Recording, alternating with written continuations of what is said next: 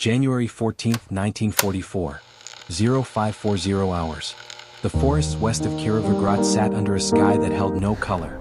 Snow coated every surface in a heavy sheet that muted sound and crushed every outline into pale sameness. The temperature dropped below -20. Frost crawled across weapon barrels and froze straps stiff against cloth. Soviet rifle companies of the 53rd Army pushed through this terrain and suffered repeated failures in reconnaissance. German pickets watched the tree lines with discipline, and any movement against the white background revealed itself too quickly. Patrols that left before dawn rarely returned intact. The snow reflected moonlight and early dawn light, which exposed the straight lines of white overgarments. Standard camouflage had no texture and no shadow variation. It made men look like moving slabs, not snow. Every failed patrol carried the same flaw. Their uniforms betrayed them before they fired a shot. Corporal Viktor Chernov moved along the shallow depression that served as his platoon's temporary position. He watched two stretcher-bearers drag a wounded scout back toward the aid post. The scout had taken a rifle round through the upper arm. He still whispered through clenched teeth. He kept repeating that the Germans saw them before they even reached the tree line. Viktor listened without speaking. He studied the man's uniform. The white cloth stood out against the surrounding snow because the snow was not clean white. Wind threw grit, ash from burned supply crates and broken pine needles across the surface. The landscape held uneven colors. The uniform did not. Commanders reviewed the problem daily. They issued the same conclusion. The men needed to move slower, reduce noise, and wait for cloud cover. These suggestions did nothing. German sentries used elevation and careful optical scans. They caught the minimal contrast created by clean white fabric against layered snow. Officers blamed poor execution. Sergeants blamed weak discipline. Soldiers blamed bad luck. The truth sat in the open. Their camouflage failed to match real snow. Viktor understood this problem clearly because he learned to see texture before the war. He grew up backstage in a small regional theater. He mixed pigments for fake stone walls, snow backdrops, and weathered surfaces. His eyes learned to detect slight differences in shade. To him, the uniforms looked artificial. They never blended. At 0550 hours, the platoon gathered near a small stove shielded by scrap metal. Frost bit at their faces. The men waited for orders for another reconnaissance push toward a German outpost located beyond a shallow ravine. The lieutenant spoke with calm precision. He stressed caution and silence. No one argued. They all remembered the patrols that went out 2 nights earlier. Only 3 men returned. Viktor kept his hands near the stove for warmth, but his eyes remained fixed on the lantern mounted above it. Soot collected inside the glass and formed a gray film. A small crack near the top let smoke escape. The smoke rose in thin trails and settled on the snow as dark dust. Wind blew across the site. The dust spread and softened into a mottled pattern that matched the surrounding drifts. Viktor crouched and studied it. The pattern broke outlines. It removed uniformity. It looked natural. He wiped a finger across the surface. The residue clung to his glove. It left a faint streak. He pressed it onto a scrap of white cloth. It created a dull gray tint. The cloth no longer looked like a bright patch. It blended more with the surrounding ground. He rubbed more residue across the edges. The fabric took on a texture similar to trampled winter snow. The idea formed in his mind quickly. Lantern ash contained fine particles. Mixed with melting snow, it behaved like a temporary dye. It would not last long, but it could last long enough for a patrol. Viktor stood and stepped toward the lantern to gather more ash. A sergeant frowned at him and asked what he was doing. Viktor explained his observation with simple clarity. The sergeant shook his head. He said the idea sounded foolish. He told Viktor to focus on the briefing. The men nearby laughed quietly. They assumed Viktor wanted to paint uniforms like theater props. Viktor ignored the ridicule. He took a small tin cup from his pack. He scraped the inside of the lantern frame where soot accumulated thick. He mixed the ash with snow until it formed a thin slurry. He dipped a strip of cloth in it. The cloth absorbed the mix unevenly. This unevenness mattered. Pure white surfaces caught the eye. Broken tones vanished. Viktor walked to the lieutenant after the briefing and presented the cloth. The lieutenant asked what he intended. Viktor explained the ash tint idea. He described how the snow surface held shades of gray and brown, not pure white. He said their uniforms needed to match this environment. He offered a simple point. If they moved under moonlight, Germans would see shadows, not bright fabric. The lieutenant listened while glancing across the snow. He had lost too many scouts to ignore a potential improvement. He allowed Victor to test the idea on a single smock. Victor applied the tint by hand. He dabbed it along the seams, around the hood, and across the back. The smock turned into a dirty snow shade. When the soldier wearing it moved a few meters away and crouched near a pine trunk, the men noticed a clear difference. He blended better than any white uniform they had used before. The sergeant who mocked Victor now leaned forward with slow realization. The lieutenant's eyes narrowed. He nodded once. He approved a controlled trial. A 4-man reconnaissance team would apply the tint and test it during the night's patrol. If it worked, the platoon would consider broader use. The men gathered more lantern ash. They mixed it with melted snow near the stove until they produced enough slurry to treat several garments. They worked quickly because the temperature stiffened the fabric as soon as they exposed it to cold air. The tinted smocks looked stained and uneven. This unevenness hid them. Victor checked each garment carefully. His years backstage taught him to judge how surfaces appeared under different lighting. Snow moved from blue-gray at dawn to bright white at midday. Camouflage needed mixed tones. Victor ensured the smocks held darker patches near the edges. He focused on the shoulders and the knees. He applied faint streaks where folds created shadows. He did not try to make them look artistic. He wanted distortion. At 0630 hours the tinted patrol prepared to move. They carried standard Mosin Nagant rifles, one DP-27 light machine gun, and a small radio set. Their task was simple. Approach the ravine, observe German positions and return with coordinates. No one expected them to engage. They needed invisibility more than firepower. The lieutenant gave final instructions. He told them to keep distance between each man. He told them to move with the terrain, not against it. Victor watched them step into the pale twilight. Their silhouettes broke at the edges. Their shapes did not reflect the first hints of dawn. They disappeared faster than any patrol he had seen that winter. The remaining soldiers returned to their chores. They cleaned rifles. They checked ammunition. They stood watch toward the north. Victor sat near the stove and kept his focus on the snow patterns. He studied every drift, every shadow. He felt no excitement. He felt pressure. If the patrol failed, no one would trust his judgment again. The lieutenant might ban unofficial modifications entirely. He knew the risk. He did not regret it. He believed the idea matched the terrain. He believed this tactic could save lives. January 14, 1944. 0810 hours. A dull light crept across the tree line and revealed the scars of earlier engagements. Shell holes formed shallow basins across the snow. Frozen mud spread along the northern slope where a mortar team had tried to reposition under fire a day earlier. The platoon held position and waited for updates from the reconnaissance team. They listened for the faint crackle of the radio set, but the speaker stayed quiet. Silence created tension.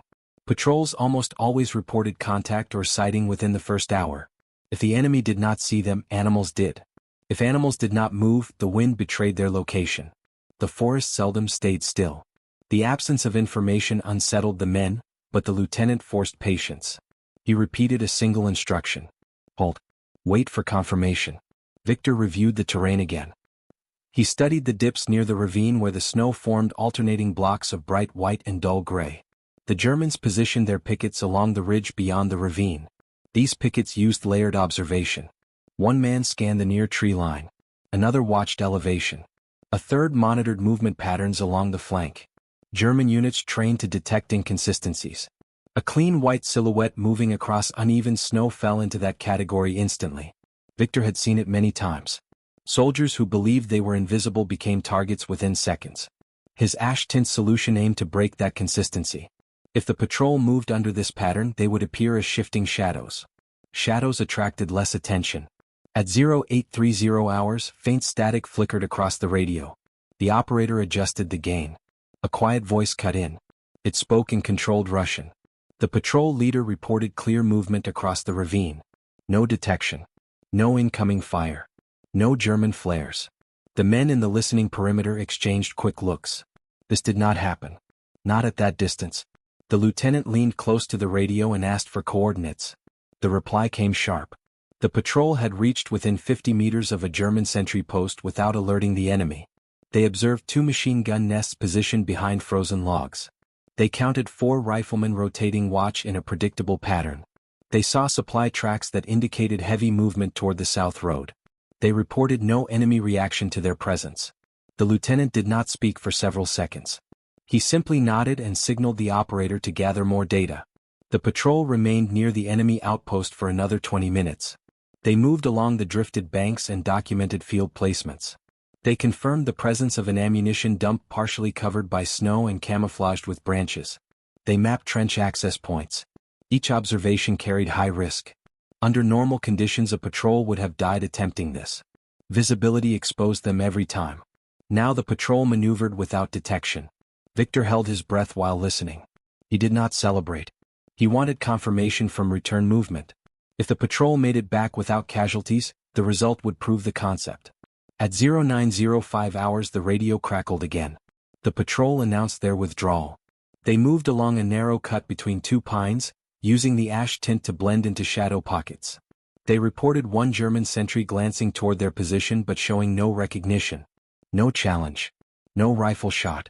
The patrol reached the halfway point at 0930 hours. The lieutenant sent 2 riflemen forward to guide them back. When the patrol emerged from the trees, the platoon watched them with disbelief. They approached with steady steps. Their tinted uniforms carried streaks of ash and snow. Their silhouettes looked broken. They resembled the terrain itself. No one spoke until they crossed into friendly ground. The platoon gathered in a tight semicircle around the patrol. The lieutenant asked for casualty count. The patrol leader answered with a tone that carried no pride, only clarity. 0. The men heard the number and remained silent for several seconds. They understood the significance. A patrol had moved deep into contested ground, reached the enemy line, gathered intelligence, and returned without a single wounded man. This result had not occurred since the first week of winter. The lieutenant turned toward Victor slowly. He asked how much ash remained. Victor pointed to the lanterns and the stove enclosure. He explained they could generate more as long as fuel lasted. The lieutenant ordered immediate production. At 1010 hours the platoon formed a work detail. Men scraped soot from lantern frames, stove chimneys, and burned ration tins. They mixed it with snow until they created enough slurry to stain more uniforms. They worked in silence because the result of the patrol weighed heavily on their minds. They had expected to bury friends. Instead they saw a tactic that kept them alive. Victor directed application patterns. He kept the tint uneven. He darkened elbow folds. He smeared ash along the lower hems. He avoided uniform coverage because it created artificial shapes. He wanted men to blend into patches of broken snow. His stagehand training guided him. On stage, paint created illusions. Here, ash created survival. A messenger arrived from company headquarters at 1040 hours. He requested full reconnaissance notes from the patrol. He also asked for clarification on how the patrol avoided detection.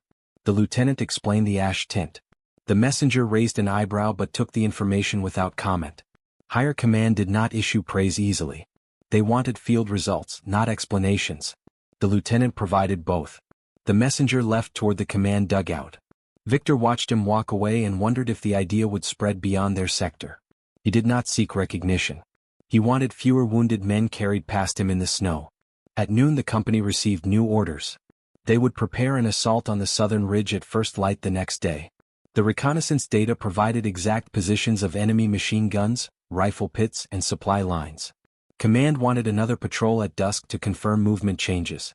The lieutenant selected 6 men this time instead of 4. All would use ash-tinted camouflage. Victor spent hours adjusting each garment.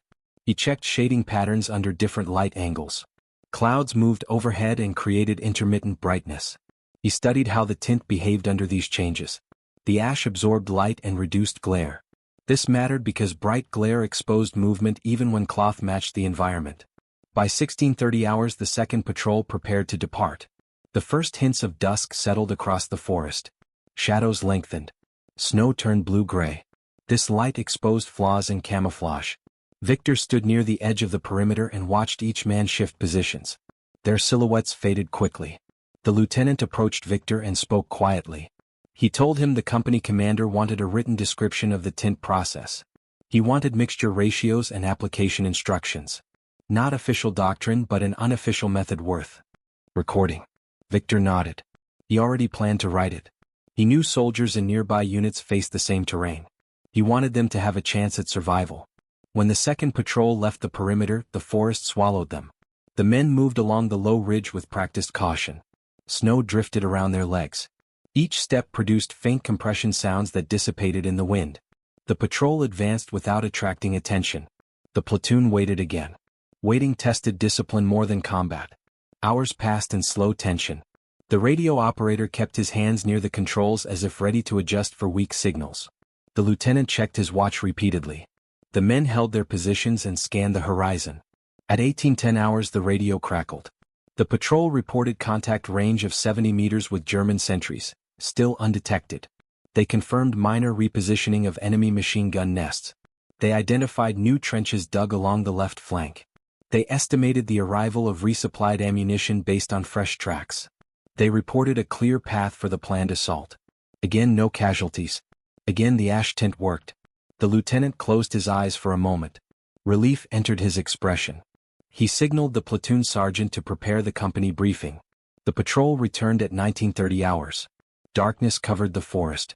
Only lantern light inside the perimeter revealed faces. The men of the patrol carried frost across their eyebrows. Their rifles were cold to the touch. Their uniforms bore streaks of ash and snow. They looked like ghosts returning from a frozen world. Victor inspected the garments. The tint survived better than expected. It clung to the fibers even after hours of movement. Not perfect but enough for infiltration. He made mental notes to adjust the mixture. January 14, 1944. 2015 hours. Temperatures fell again. The cold deepened until breath turned into stiff vapor that clung to scarves and froze into thin crystals. The company gathered in a semicircle around the lieutenant as he relayed instructions for the morning assault. Every detail he shared came from the reconnaissance reports. The location of enemy firing slits. The spacing between the two MG-34 nests. The estimated ammunition reserves. The trench layout along the ridge. All of it possible because two patrols had moved through lethal ground without being detected. The men listened with unusual focus. They no longer wondered whether they would survive a patrol. They now wondered whether they could survive the assault. Winter assaults carried higher risk. Frozen earth resisted entrenching tools. Blood loss accelerated in the cold. Fallen men rarely crawled to safety. Victor understood these factors well. He knew concealment mattered more than ever at dawn when the first burst of light exposed every form on the battlefield. The lieutenant instructed all platoons to apply the ash tint before the assault. He did not declare it mandatory. He simply stated that it worked. That statement held more weight than any formal order.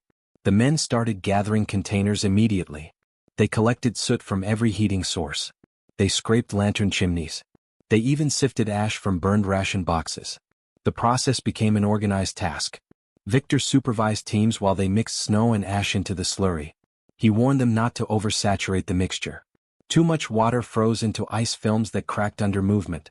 He showed them how to apply the tint in broken patches so no straight line remained visible. The men stained their smocks and helmets with rough strokes. Soon the entire company looked like moving fragments of winter terrain. At 2140 hours, company command called Victor to the dugout. The space was small, built with timber walls and covered in canvas to hold heat. A dim lantern hung from a nail. 3 officers studied a map stretched across a crate. They asked Victor to explain the ash tint again, but this time with precision. He described how snow absorbed a mixture of light wavelengths. He explained that pure white fabric reflected too broadly. This reflection made soldiers visible even at long distances. The ash particles cut that reflection and added uneven absorption. The officers asked whether it would hold during battle movement. Victor answered honestly. It would diminish under constant friction, but it required no special materials. Soldiers could reapply it in minutes as long as they had a heat source in snow. One officer asked why no one had done this before. Victor said most soldiers looked for colors, not textures. Snow was not one color. It shifted every hour. The officers exchanged looks. They dismissed him respectfully. They understood the value even if they did not express it. By midnight the wind picked up. Snow dust drifted in thin sheets that scratched exposed skin. The men tried to sleep in rotations. The ground offered no comfort. The air stung inside the lungs. Soldiers curled into themselves and pressed coats tighter against their bodies. The ash tint dried into the fibers and lost its damp texture. It felt like part of the cloth. Victor lay near a crate and stared at the frost patterns forming along its edges. He listened to the distant rumble of artillery far to the north. Every sound echoed across the frozen forest. He knew the next day would define whether his idea lived or died. If the assault succeeded, the method would spread. If it failed, the idea would vanish like warmth in winter air. January 15, 1944. 0510 hours. The men rose and checked their weapons. Bolt mechanisms froze easily in this cold. The soldiers worked them repeatedly until the steel moved smoothly. They tightened straps and adjusted their tinted smocks. The sky held a faint glow. Dawn approached. Ice cracked under boots as the company formed a staggered line near the ridge. The assault objective sat roughly 700 meters ahead, behind a series of snow drifts and shallow cuts. The two German MG nests guarded the center approach. Rifle pits covered the left and right flanks. German doctrine placed emphasis on overlapping fields of fire. If one position spotted movement, others responded quickly. The company needed to cross the open ground without triggering that reaction. At 0540 hours the assault began. The first platoon advanced in a wide formation. They kept low to reduce detection. Their tinted uniforms blended with the pre-dawn color shift. Snow reflected dull blue light that matched the ash stains. The German sentries scanned the horizon. They remained unaware. The Soviet soldiers moved with steady discipline, pausing at each drift line to check spacing. Victor remained with the support section. He watched the first platoon fade into the terrain. For the first time he felt confidence instead of fear. They no longer appeared as pale silhouettes. They appeared as part of the forest floor. At 0558 hours the first German sentry adjusted his field glasses. He scanned the left sector. Snow gusted near a cluster of low shrubs. The tinted Soviets moved through that zone, but the broken pattern across their uniforms disguised their outlines. The sentry saw movement but registered it as shifting light. He lowered his glasses and continued watching the main approach. The company gained another 40 meters. Machine guns remained silent. No flare cut through the air. The Soviets advanced into a position that would normally trigger immediate contact. At 0612 hours the second platoon joined the push. They carried their DP-27 machine gun low and covered in ash tint as well. Victor moved with them now. His role shifted from observer to direct participant. He carried a standard rifle, but his attention stayed fixed on how the camouflage behaved. He watched the men crawl across a small depression where the wind formed ripple patterns. The tinted uniforms matched these ripples because of their uneven shading. A clean white smock would have glared against the surface. These smocks did not. He felt a quiet surge of certainty. The ash tint gave them a tactical edge they had never possessed in winter fighting. At 0625 hours the German flank sentry lit a cigarette. The ember glowed faintly. He stepped from his post and scanned the ridge again. He remained unaware of the Soviet movement approaching from the south. The Soviets closed within 300 meters. This distance usually placed them in range of early machine gun fire. Not this time. Their concealment reduced detection. They shifted positions in small increments. They kept their weapons low. They avoided creating straight vertical outlines that attracted attention. Victor observed the terrain carefully. He saw where snow drifted thicker along the right cut. He guided two men to use that cover. They moved without drawing a single shot. At 0640 hours the Germans finally detected something. A sentry saw a faint shifting pattern along the left sector.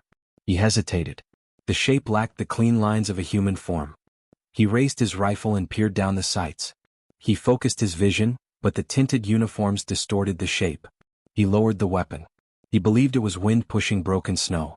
That hesitation saved dozens of Soviet lives. By the time he understood the shape it was too late. At 0646 hours the first Soviet platoon opened fire on the nearest MG-34 nest. Their rounds struck the shield and forced the German gunners to pull back. The second platoon flanked the rifle pits. They fired controlled bursts.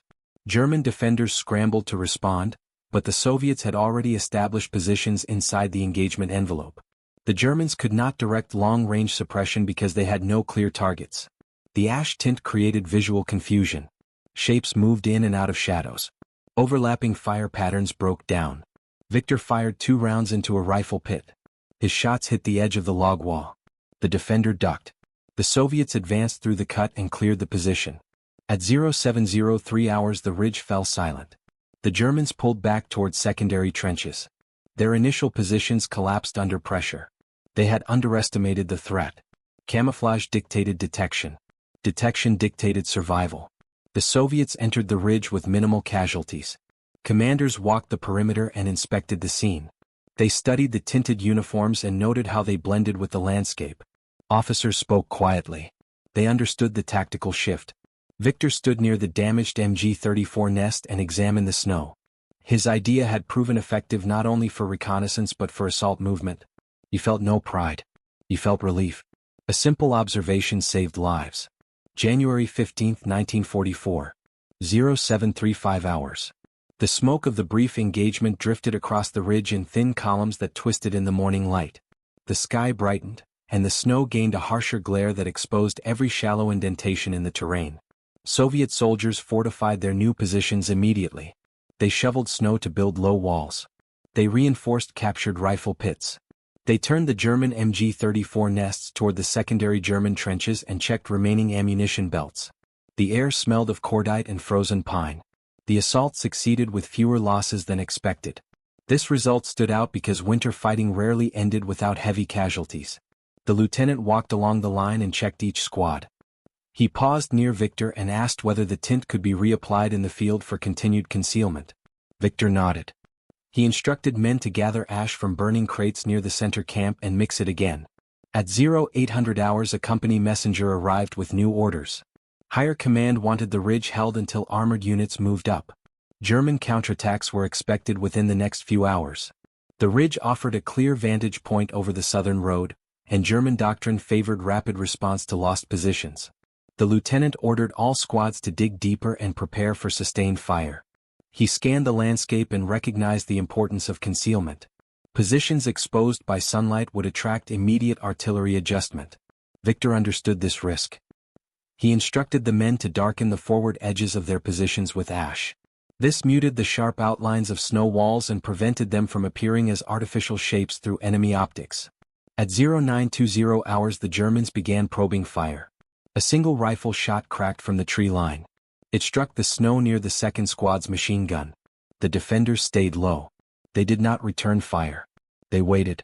The Germans fired again, this time with a cluster of 3 rounds aimed at the center sector. The impacts kicked snow into the air. Victor studied the angle. The shots came from a ridge fold roughly 300 meters away. The Germans were testing for visible silhouettes. They found none. The ash tint and the shadow blending concealed the Soviet positions effectively. After several minutes the Germans stopped firing. They gained no reaction. Their probe failed. At 1015 hours German artillery opened fire. 3 high explosive shells landed near the left flank. Snow erupted upward and rained down in dense chunks. The Soviet line flattened against the ground.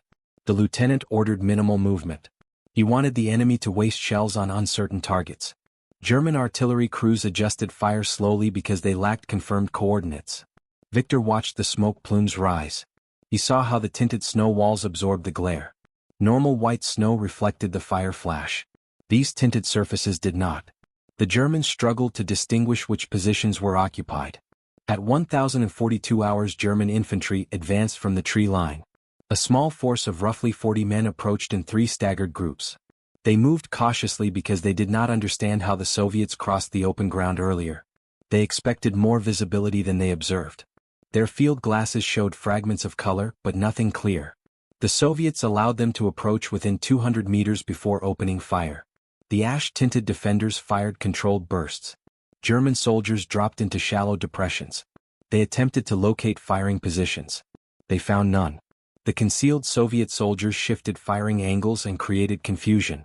German squad leaders shouted commands. Their men fired back blindly. At 1105 hours a German NCO advanced toward a small ridge curve and scanned carefully. His rifle barrel glinted.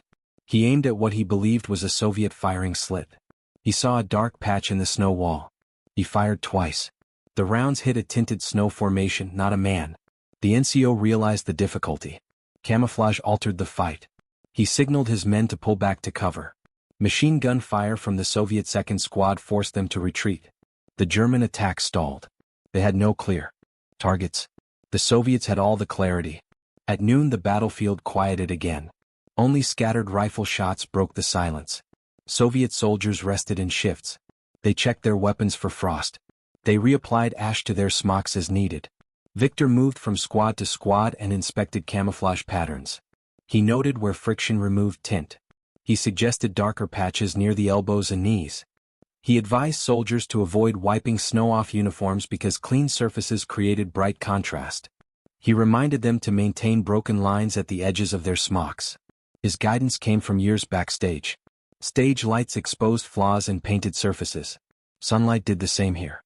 At 1,240 hours, a field courier from battalion headquarters arrived. He carried an order requesting detailed notes on the ash technique. Battalion command wanted a written report for possible distribution to adjacent units. The courier handed Victor a folded paper and 2 sharpened pencils. Victor sat near a log and began writing. He described mixture ratios, application patterns, and reasons behind uneven shading. He explained how natural snow held multiple tones and why straight edges caused detection. He listed situations where the tint would fail, such as heavy snowfall or rapid melting. He kept the guidance practical. Soldiers needed facts, not theory. At 1,400 hours, the Germans launched a larger attack.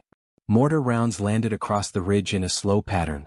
Each detonation sent snow outward in violent arcs. Soviet soldiers stayed low. They held their positions and protected their rifles from shrapnel. German infantry advanced behind the barrage. They attempted to flank the ridge from the right. The lieutenant redirected 2 squads to intercept. Victor joined them. They moved across the ridge interior where drifted snow masked their movement. Their tinted smocks absorbed changing light. German observers struggled to pinpoint their approach. At 1,435 hours, contact erupted along the right flank. A German squad pushed through a narrow funnel toward the ridge. The Soviets engaged them at close range. Victor fired from behind a tinted snow wall. The Germans attempted to identify firing points but saw only fragmented movement. Their optics caught no clear shape. The Soviets moved between cover pieces with precision. They used short dashes and immediate drops. The Germans fell back after losing several men. Their attack collapsed under the weight of unseen defenders. At 1,500 hours, the battlefield fell silent again. German troops retreated to the forest edge. They left wounded men in the snow. The Soviets held fire. Ammunition was limited. The lieutenant ordered medical teams to pull wounded Soviets back for treatment. None of the wounded came from exposed positions. Most injuries came from shrapnel during the mortar barrage. Victor helped carry 1 man toward the aid post. The man gripped Victor's coat and whispered that he thought he would die during the assault. Victor told him to save strength. The wounded man looked at Victor's tinted uniform and said it looked strange but kept him alive. Victor gave a short nod. The comment meant more than formal commendation. At 1,610 hours, battalion headquarters sent another courier. The battalion commander requested that Victor report in person once the ridge stabilized. The lieutenant approved the request. Victor prepared to leave but stayed until the next shift secured the line. He wanted to confirm no immediate German push would break through. Once satisfied, he took a rifle and followed the courier down the slope toward the rear command dugout. At 1,700 hours, Victor entered the battalion command post. The interior was warmer than the ridge trenches. Maps covered the walls. Officers moved between tables and relayed information to artillery units. The battalion commander stood near a field stove. He motioned for Victor to approach. He asked Victor to explain the ash tint again with direct language. He wanted to know why it worked better than standard winter camouflage. Victor explained contrast reduction and environmental texture. He said soldiers needed to appear as part of the terrain, not as white shapes. The commander listened without interruption. When Victor finished, the commander said only one thing. The idea would remain unofficial but encouraged. Formal doctrine moved slowly. War demanded speed. At 1,800 hours, Victor left the command post and walked back toward the ridge. Night settled across the forest. Cold intensified. Stars cut through the sky. Victor moved carefully across the snow. He thought of the patrols that returned unharmed. He thought of the assault that succeeded. He thought of the wounded carried past him. He knew the ash tint was not perfect. He knew it would not save every man. But it gave them a chance. A chance mattered in war. January 15, 1944. 1835 hours. The forest darkened into a mass of shifting shadows and faint silhouettes. The ridge line held steady under the weight of the cold. Lanterns burned behind snow walls and cast muted halos that blended into the tinted surfaces. The Soviets maintained strict light discipline. No exposed flames. No reflective surfaces. Victor returned to the forward positions and checked on the men who held the line. Their faces carried fatigue. Their uniforms carried streaks of ash that clung unevenly to cloth fibers. Each soldier understood the importance of these patterns. They no longer questioned the strange stains. They depended on them. At 1900 hours the lieutenant gathered squad leaders for a final briefing.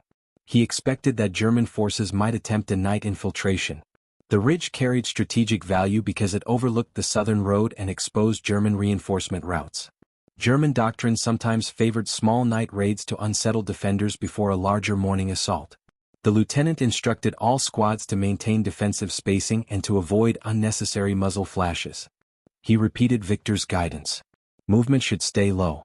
Outlines must remain broken. Camouflage needed maintenance. No soldier should allow clean cloth to show. The men listened with quiet seriousness. At 1935 hours the wind changed direction. It blew from the west and carried fine snow grains that cut across the ridge at sharp angles. These grains settled on uniforms and lightened the ash tint. Victor moved down the line to reapply darker patches.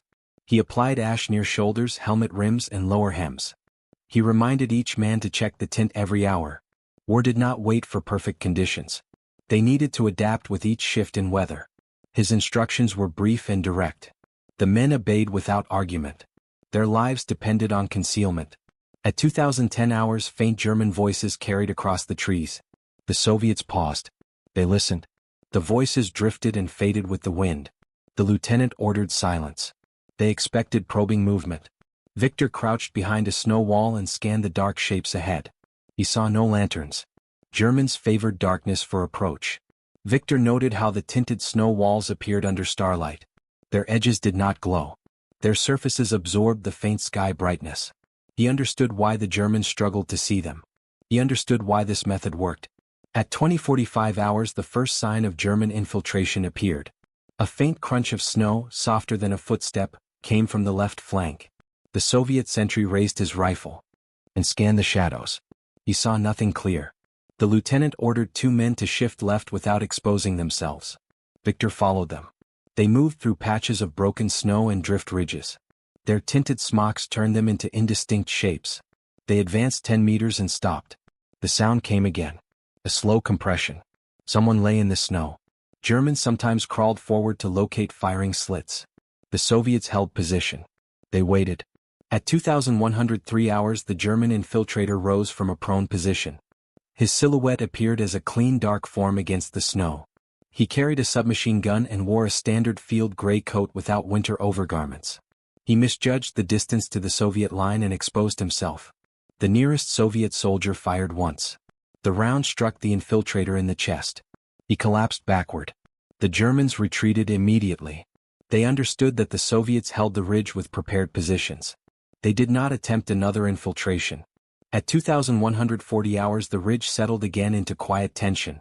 The snow absorbed most sound. Men breathed through scarves to keep the vapor from revealing their position. Victor sat behind a small snow wall and warmed his hands near a lantern placed inside a tin reflector. The lantern produced more soot. He used a piece of cloth to gather the deposits. He placed the soot into a small tin cup for later mixing. He understood that constant maintenance kept the camouflage effective. The men around him accepted this routine. January 16, 1944. 0420 hours. The sky shifted from black to deep blue. Cold intensified. Frost formed along rifle stocks. The lieutenant inspected the line and reminded the men that dawn attacks were common. He wanted every firing position ready before first light. Victor checked the ash tint on helmets and smocks. He added darker streaks where snow had collected overnight. He inspected the snow walls and broke any straight edges with handfuls of loose snow. Even small adjustments mattered under dawn light. At 0500 hours the first German artillery shell landed along the right flank. The blast tore into the snow and sent shards of ice across the trench. The Soviets stayed down. More shells followed, spaced irregularly. The Germans searched for targets. Their lack of visibility forced them to guess. Victor listened to each detonation and tracked which sectors the Germans targeted. Their pattern suggested uncertainty. They lacked precise spotting. The ash-tinted positions remained indistinct even under artillery flash. At 0522 hours German infantry emerged through the tree line again. This time they advanced in strength. Roughly 70 to 80 soldiers moved in a staggered formation. They expected Soviet fire, but the defenders held discipline and waited. The Germans crossed into open snow illuminated by rising light. Their outlines became clear. They searched for movement. They saw none. They advanced another 50 meters. The lieutenant raised his hand. He signaled the first volley. At 0528 hours the Soviets opened fire in coordinated bursts. Rifles cracked. The DP-27 rattled in controlled rhythm. German soldiers dropped and attempted to identify firing positions. They could not. The ash-tinted defenders remained indistinguishable from the tinted snow walls. Germans returned fire based on sound, not sight. Their rounds cut into snow banks and mist. The Soviets shifted angles and created further confusion. At 0541 hours German squad leaders attempted a flanking maneuver. They directed their men to circle toward the left sector. Victor noticed their movement and signaled the lieutenant. The lieutenant repositioned a fire team. They used a depression in the snow to move unseen. Their tinted smocks matched the blue-gray dawn shade. They reached the flank and delivered accurate fire. The Germans retreated from the maneuver and regrouped. At 0555 hours the German attack weakened. Too many of their men fell without understanding where the defenders hid. The Germans pulled back in scattered groups. Their formation broke. Soviet fire continued until the lieutenant ordered ceasefire. He wanted to conserve ammunition. The ridge held. The enemy attack failed again. At 0620 hours quiet returned. The lieutenant walked the line and inspected each position. He assessed damage. Snow walls took shrapnel hits but remained intact. Only minor injuries occurred. Victor checked on the men and reapplied ash where needed. His mixture thinned, but enough soot remained for essential coverage. The men did not question his instructions. They followed them with automatic discipline. They trusted the result. At 0705 hours a messenger from battalion headquarters arrived with a short note. He informed the lieutenant that higher command reviewed Victor's written instructions and found them practical. They would distribute copies to nearby companies by courier. No formal commendation attached. Only a simple directive. Use the method if terrain matched conditions. Victor read the note calmly. He felt no excitement. The acknowledgement meant survival for other units. That was enough. At 0740 hours the company prepared for possible renewed attacks. Snow glare increased as the sun rose above the treeline. Victor adjusted the tint on helmets one more time. The sunlight reflected off clean surfaces easily. Ash prevented this.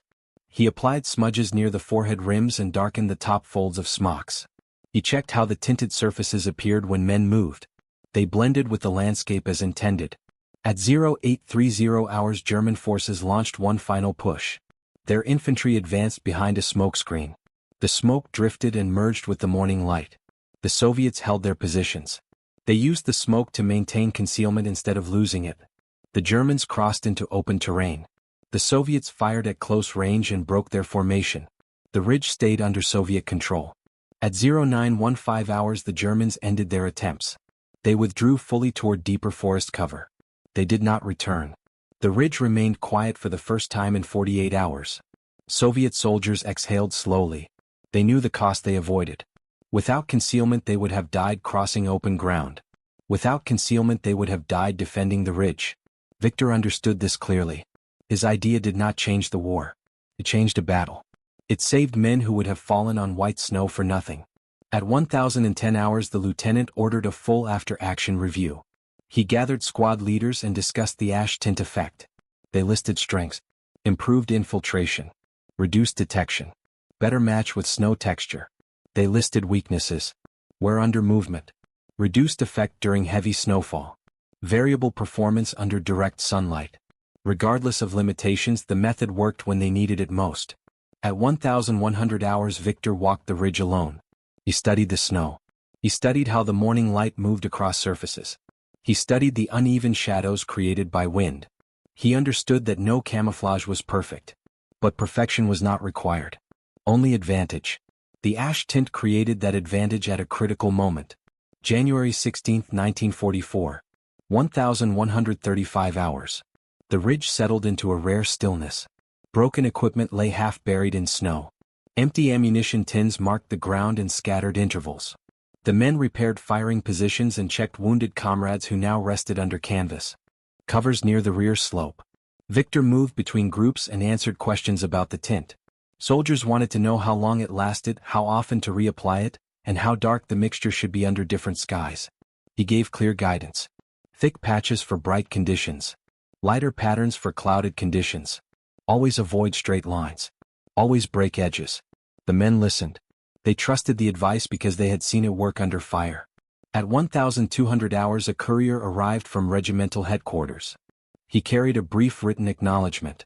It stated that several companies across the sector received instructions on the ash tint method. They adopted it where terrain matched conditions. No formal credit attached. No decoration mentioned.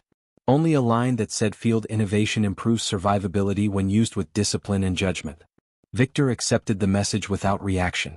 Recognition had never guided his decision. He wanted fewer dead carried across the snow. That goal was simple and remained unchanged. At 1,245 hours, the lieutenant approached Victor with a request. He asked him to document the events of the past 48 hours in chronological order for regimental records. He wanted the report to focus on practical results. Reconnaissance success. Assault movement. Defensive concealment. Casualty reduction. Victor agreed. He sat near a half-buried crate, rested a sheet of paper against his knee, and began writing. His handwriting remained steady despite the cold. He described the first patrol that vanished into the dawn and returned without a single casualty. He described the assault that depended on concealment rather than speed. He described defensive positions that stayed undetected under artillery flash. He listed the number of German attacks that failed because the enemy could not locate firing points. He did not include emotion. He wrote events as they occurred. At 1,340 hours, the sky grew brighter and the wind carried fine powder across the ridge. The men prepared to rotate positions with a fresh company moving up from the rear. Victor packed the remaining ash mixture into a small tin. He planned to leave it for the next platoon. The lieutenant thanked him with a brief nod. It was the only form of recognition he expected. Victor slung his rifle and stepped away from the ridge with the relief group. The path behind him showed the marks of battle, but none of the clean white silhouettes that once doomed patrols. The tinted snow held the memory of what happened. At 1,430 hours, Victor followed the column down a frozen track toward the next staging area. He felt no triumph.